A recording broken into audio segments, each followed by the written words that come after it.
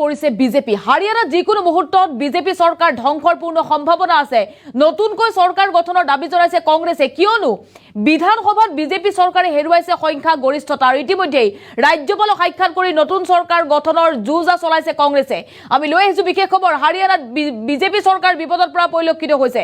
যিকোনো মুহূৰ্তত বিজেপি চৰকাৰ ভংগ হ'ব পাৰে হাৰিয়ানাত বিপদত পৰিছে বিজেপি। যিকোনো মুহূৰ্তত বিজেপি চৰকাৰ হাৰিয়ানাত ভংগ কৰি কংগ্ৰেছে চৰকাৰ গঠন কৰাৰ পূৰ্ণ সম্ভাৱনা আছে, কিয়নো বিধানসভাৰ সংখ্যা গৰিষ্ঠতা হেৰুৱাইছে বিজেপিয়ে, যাৰ বাবে কংগ্ৰেছে দাবী জনাইছে নতুনকৈ নিৰ্বাচন অনুষ্ঠিত কৰাৰ। নতুন চৰকাৰ গঠনৰ দাবী জনাইছে কংগ্ৰেছে। চৰকাৰ ভংগৰ বাবে ৰাজ্যপালক সাক্ষাতো কৰিছে কংগ্ৰেছৰ দলে। কংগ্ৰেছৰ এটা বিশেষ দলে ৰাজ্যপালক সাক্ষাৎ কৰি স্মাৰক পত্ৰ প্ৰেৰণ কৰিছে। ৰাজ্যপাল বন্দৰো দত্তৰায়ক সাক্ষাৎ কৰি নতুনকৈ নিৰ্বাচনৰ দাবী জনাইছে কংগ্ৰেছে। বিজেপি চৰকাৰ ক্ষমতাত থকাৰ নৈতিক অধিকাৰ নাই বুলি দাবী জনাইছে, কিয়নো বিধানসভাৰ সংখ্যা গৰিষ্ঠতা হেৰুৱাইছে বিজেপিয়ে। বিজেপিক প্ৰয়োজন 44 গৰাকী বিধায়কৰ, কিন্তু বিজেপিৰ হাতত আছে মাত্ৰ 41 গৰাকী বিধায়ক, আৰু যাৰ বাবে চিন্তিত হৈ পৰিছে বিজেপি। হাৰিয়ানাত যিকোনো মুহূৰ্তত বিজেপি চৰকাৰ ভংগৰ দিশে গতি কৰিছে। হৰ্চ ট্ৰেডিং কৰাৰো আশংকা কংগ্ৰেছৰ।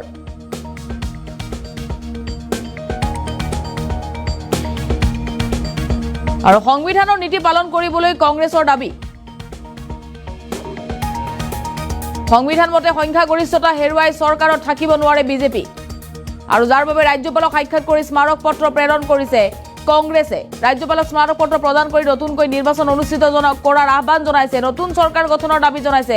যিকোনো মুহূৰ্তত বিজেপি চৰকাৰ ভংগ হ'ব পাৰে, আৰু কংগ্ৰেছে চৰকাৰ গঠন কৰাৰ ইতিমধ্যে যুঁজা আৰম্ভ কৰিছে। এই মুহূৰ্তত ডাঙৰ খবৰ জনাই আছো, বিপদত পৰিছে হাৰিয়ানাত বিজেপি চৰকাৰ। যিকোনো মুহূৰ্তত বিজেপি চৰকাৰ ভংগ হ'ব পাৰে হাৰিয়ানাত, আৰু কংগ্ৰেছে চৰকাৰ গঠনৰ যিহেতু যুঁজা অব্যাহত ৰাখিছে, যুঁজা চলাইছে কংগ্ৰেছে।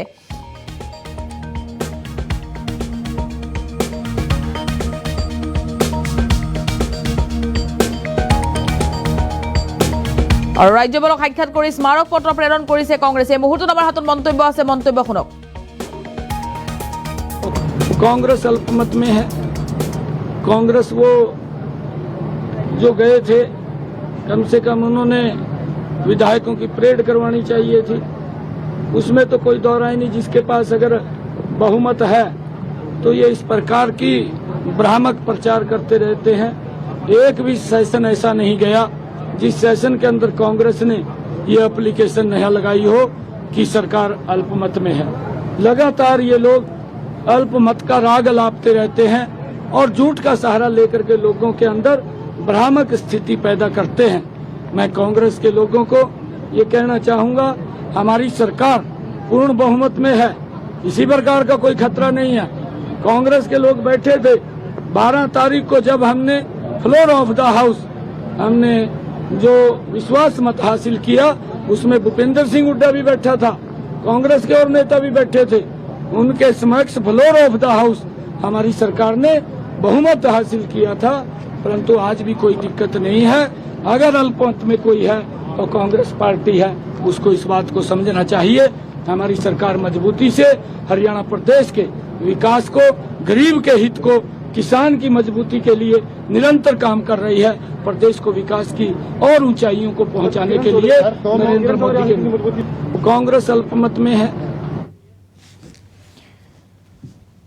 আৰু আপোনালোকে মন্তব্য শুনিছে, হাৰিয়ানাৰ মুখ্যমন্ত্ৰীৰ বিপদত পৰিছে বিজেপি। যিকোনো মুহূৰ্তত বিজেপি চৰকাৰ ভংগ হ'ব পাৰে, আৰু ইতিমধ্যে ৰাজ্যপালক সাক্ষাৎ কৰিছে বিজেপিয়ে। হৰ্চ ট্ৰেডিং কৰাৰ আশংকা ব্যক্ত কৰা হৈছে, আৰু যিহেতু সংখ্যা গৰিষ্ঠতা হেৰুৱাইছে বিজেপিয়ে, আৰু বিধানসভাত 44 গৰাকী বিধায়কৰ প্ৰয়োজন, কিন্তু বিজেপিৰ হাতত আছে মাত্ৰ 41 গৰাকী বিধায়ক, আৰু যিকোনো মুহূৰ্তত চৰকাৰ ভংগ হ'ব পাৰে। চৰকাৰ ভংগৰ দাবী জনাইছে কংগ্ৰেছে। ৰাজ্যপালক সাক্ষাৎ কৰিছে, ৰাজ্যপালক সাক্ষাৎ কৰি স্মাৰক পত্ৰ প্ৰদান কৰিছে, আৰু ইয়াৰ পাছতে চিন্তিত হৈ পৰিছে বিজেপি। আৰু যেহেতু হাৰিয়ানাত এইবাৰ বিপদত পৰা পৰিলক্ষিত হৈছে বিজেপি, যিকোনো মুহূৰ্তত বিজেপি চৰকাৰ ভংগৰ আশংকা কৰা হৈছে। বিধানসভাৰ সংখ্যা গৰিষ্ঠতা হেৰুৱাই পেলাইছে বিজেপিয়ে, যাৰ বাবে বিজেপিৰ চৰকাৰত থকাৰ নৈতিক অধিকাৰ নাই বুলি কংগ্ৰেছে দাবী জনাইছে। চৰকাৰ ভংগৰ বাবে ৰাজ্যপালক সাক্ষাৎ কৰিছে, নতুনকৈ নিৰ্বাচন অনুষ্ঠিত কৰাৰ দাবী জনাইছে। ৰাজ্যপাল বন্দৰো দত্তৰায়ক সাক্ষাৎ কৰিছে কংগ্ৰেছে, আৰু বিজেপি চৰকাৰ ক্ষমতাত থকাৰ নৈতিক অধিকাৰ নাই বুলি দাবী কংগ্ৰেছৰ। বিজেপিক প্ৰয়োজন 44গৰাকী বিধায়কৰ, কিন্তু বিজেপিৰ সৈতে আছে মাত্ৰ 41গৰাকী বিধায়ক। হৰ্চ ট্ৰেডিং কৰাৰ আশংকা কংগ্ৰেছৰ। সংবিধানৰ নীতি পালন কৰিবলৈ কংগ্ৰেছৰ দাবী। সংবিধান মতে সংখ্যাগৰিষ্ঠতা হেৰুৱাই চৰকাৰত থাকিব নোৱাৰে বিজেপি। আৰু এই মুহূৰ্তত আমি ডাঙৰ খবৰ জনাই আছো, হাৰিয়ানাত বিপদত পৰিছে বিজেপি।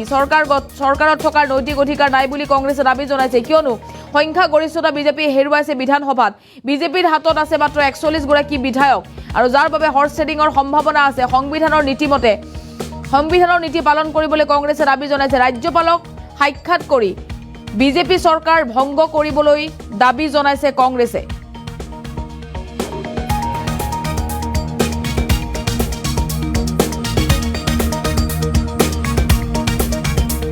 আৰু হাৰিয়ানাত বিপদৰ পৰা পৰিলক্ষিত হৈছে পুনৰ বিজেপি। যিকোনো মুহূৰ্তত বিজেপি চৰকাৰ ভংগ হ'ব পাৰে, কিয়নো বিজেপি চৰকাৰ ভংগৰ ইতিমধ্যে দাবী জনাইছে কংগ্ৰেছে দাবী জনাই কংগ্ৰেছে চৰকাৰ গঠন কৰিম বুলি ৰাজ্যপালক জনাইছে। যুঁজা চলাইছে চৰকাৰ গঠন কৰিবলৈ কংগ্ৰেছে। এই মুহূৰ্তত আমাৰ হাতত যি মন্তব্য আছে, মন্তব্য পুনৰবাৰ শুনক। भूपेंद्र सिंह कांग्रेस अल्पमत में है। कांग्रेस वो जो गए थे, कम से कम उन्होंने विधायकों की परेड करवानी चाहिए थी।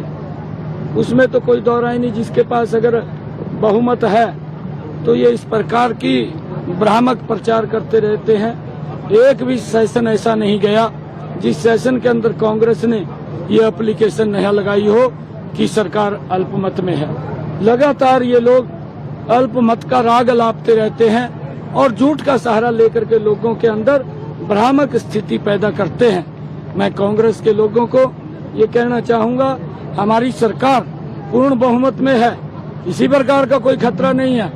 कांग्रेस के लोग बैठे थे 12 तारीख को, जब हमने फ्लोर ऑफ द हाउस हमने जो विश्वास मत हासिल किया, उसमें भूपेंद्र सिंह हुड्डा भी बैठा था, कांग्रेस के और नेता भी बैठे थे। उनके समक्ष फ्लोर ऑफ द हाउस हमारी सरकार ने बहुमत हासिल किया था। परंतु आज भी कोई दिक्कत नहीं है। अगर अल्पमत में कोई है तो कांग्रेस पार्टी है, उसको इस बात को समझना चाहिए। हमारी सरकार मजबूती से हरियाणा प्रदेश के विकास को, गरीब के हित को, किसान की मजबूती के लिए निरंतर काम कर रही है। प्रदेश को विकास की